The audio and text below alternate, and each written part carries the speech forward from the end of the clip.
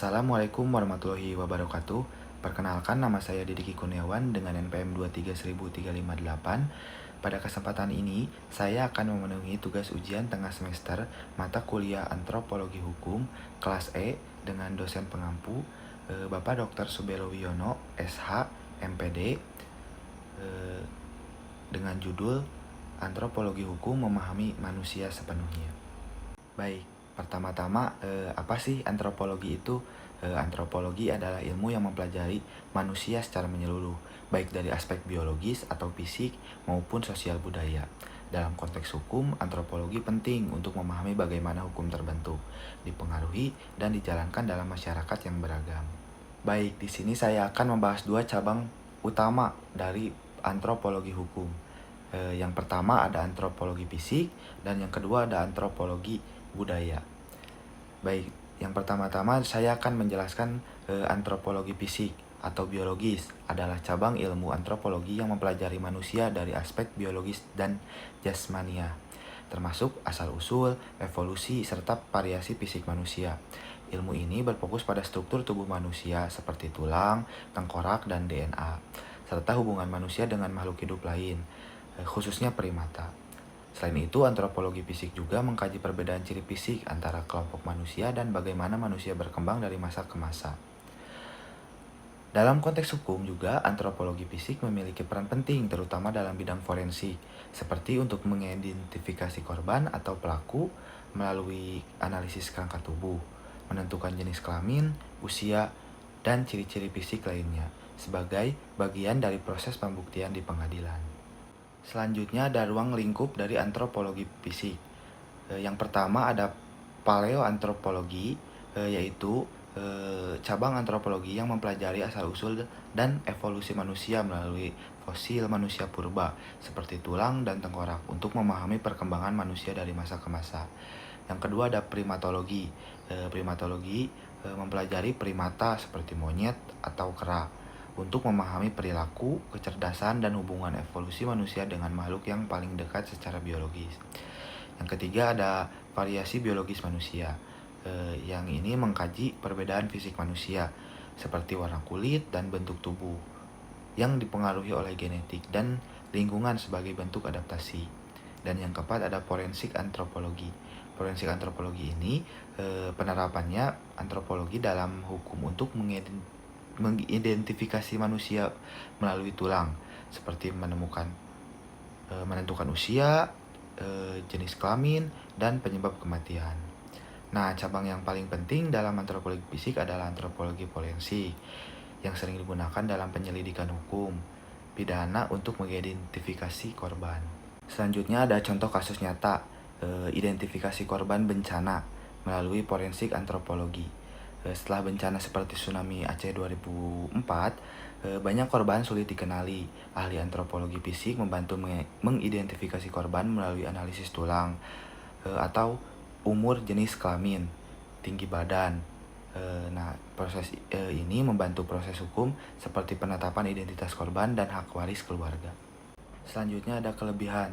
Yang pertama bersifat ilmiah dan objektif, yaitu menggunakan metode sains atau biologi, anatomi, genetika, sehingga hasilnya lebih terukur dan dapat diuji. Yang kedua ada membantu mengungkapkan evolusi manusia. Ini memberikan pemahaman tentang asal-usul dan perkembangan manusia dari masa prasejarah. Yang ketiga bermanfaat dalam forensik, yaitu digunakan untuk identifikasi korban atau usia, jenis kelamin, atau ras dalam kasus hukum atau kriminal. Yang keempat, menjelaskan variasi biologis manusia, membantu memahami perbedaan fisik manusia akibat faktor lingkungan, genetik, dan adaptasi. Adapun kelemahannya yaitu terbatas pada aspek biologis saja, atau kurang menjelaskan aspek sosial, budaya, dan perilaku manusia. Yang kedua, data sering tidak lengkap. Fosil atau kerangka yang ditemukan biasanya tidak utuh sehingga interpretasi bisa kurang akurat. Yang ketiga, potensi bias interpretasi, yaitu peneliti bisa berbeda pendapat dalam menafsirkan data atau misalnya rekonstruksi wajah atau evolusi. Yang keempat, rentan disalahgunakan atau historis. Pernah digunakan untuk membenarkan diskriminasi ras, atau misalnya teori ras superior. Selanjutnya saya akan membahas yang kedua, yaitu antropologi budaya. Adalah cabang ilmu antropologi yang mempelajari kebudayaan manusia, meliputi nilai, norma, adat istiadat, kepercayaan, serta pola perilaku yang berkembang dalam masyarakat.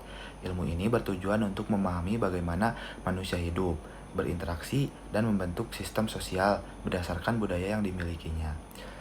Dalam konteks hukum, antropologi budaya penting karena menunjukkan bahwa hukum tidak hanya berbentuk aturan tertulis, tetapi juga hidup dalam masyarakat sebagai hukum adat atau living law yang dipatuhi secara turun-temurun. Selanjutnya ada ruang lingkup dari antropologi budaya. Yang pertama ada sistem hukum adat, yaitu sistem hukum adat adalah seperangkat aturan tidak tertulis yang hidup dan berkembang dalam masyarakat tradisional. Hukum ini mengatur perilaku, hubungan sosial, serta penyelesaian sengketa berdasarkan nilai, norma, dan kebiasaan yang diwariskan turun-temurun. Sanksinya biasanya bersifat sosial, seperti teguran, denda, adat, atau pengucilan, dan pelaksanaan sering dipimpin oleh tokoh adat. Yang kedua, sistem kekerabatan. Nah, sistem kekerabatan ini pola hubungan sosial yang didasarkan pada ikatan darah atau keturunan atau perkawinan. Sistem ini menentukan struktur keluarga, garis keturunan atau patrilineal, matrilineal atau bilateral, serta hak dan kewajiban anggota keluarga dalam banyak masyarakat. Sistem kekerabatan juga berpengaruh pada warisan, perkawinan, dan kedudukan sosial. Yang ketiga ada kepercayaan.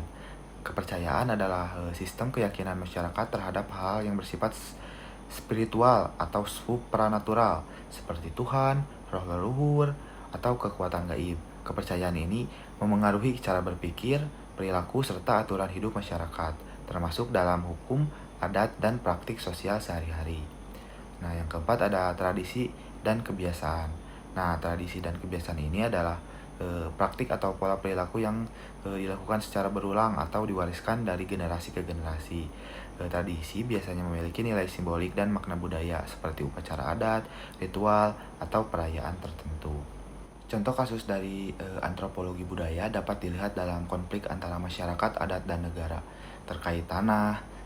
Bagi masyarakat adat, tanah bukan sekedar aset ekonomi, tetapi bagian dari identitas budaya dan warisan leluhur. Sedangkan negara mengaturnya sebagai objek hukum melalui sertifikat dan izin. Nah, perbedaan cara pandang ini sering menimbulkan sengketa. Selain itu, praktik kawin adat yang tidak dicatat secara resmi juga menunjukkan perbedaan antara budaya dan hukum negara yang dapat berdampak pada status hukum keluarga. Dalam penyelesaian konflik, beberapa masyarakat masih menggunakan hukum adat yang mengutamakan musyawarah dan keharmonisan. Berbeda dengan sistem peradilan formal, ada pula tradisi tertentu yang berbenturan dengan nilai hak asasi manusia, sehingga negara harus menyeimbangkan antara pelestarian budaya dan perlindungan hak individu. Nah, selanjutnya ada kelebihan dan kelemahan dari antropologi budaya. Yang pertama, kelebihannya mematuhi kehidupan sosial secara menyeluruh, yaitu mengkaji nilai, norma, adat, dan kebiasaan masyarakat secara mendalam. Yang kedua, ada menghargai keberagaman budaya, yaitu membantu menumbuhkan toleransi dan pemahaman antar budaya. Yang ketiga, ada berguna dalam menyelesaikan masalah sosial, yaitu dapat digunakan untuk memahami konflik sosial, hukum adat, dan dinamika masyarakat. Adapun kelemahannya, yang pertama cenderung subjektif, hasil penelitian bisa dipengaruhi sudut pandang peneliti. Yang kedua, sulit diregenerasi, karena fokus pada kelompok tertentu, hasilnya belum tentu berlaku untuk semua masyarakat. Yang ketiga, memakan waktu lama. Penelitian lapangan atau etnografi membutuhkan waktu dan proses yang panjang. Yang keempat, kendala akses dan etika. Tidak semua budaya terbuka untuk diteliti, dan ada batasan adat atau kepercayaan. Nah, yang terakhir ada kesimpulan. Menurut saya antropologi budaya dan antropologi fisik merupakan dua cabang penting dalam hal antropologi yang sama-sama mempelajari manusia. Namun dari sudut pandang yang berbeda, antropologi budaya berfokus pada aspek sosial seperti nilai, norma, adat istiadat, dan kebiasaan yang membentuk kehidupan masyarakat. Sedangkan antropologi fisik menitik beratkan pada aspek biologis manusia seperti struktur tubuh, evolusi, dan variasi fisik. Keduanya saling melengkapi dalam memahami manusia secara menyeluruh. Dalam konteks hukum juga, antropologi budaya membantu memahami hukum yang hidup di masyarakat atau hukum adat. Sementara antropologi fisik berperan dalam pembuktian ilmiah melalui forensik. Dengan demikian, kedua cabang ini memiliki kontribusi penting dalam mendukung penegakan hukum dan memahami manusia sebagai subjek hukum secara utuh. Mungkin cukup sekian presentasi dari saya. Mohon maaf bila ada salah kata atau ucapan. Sekian, wassalamualaikum warahmatullahi wabarakatuh.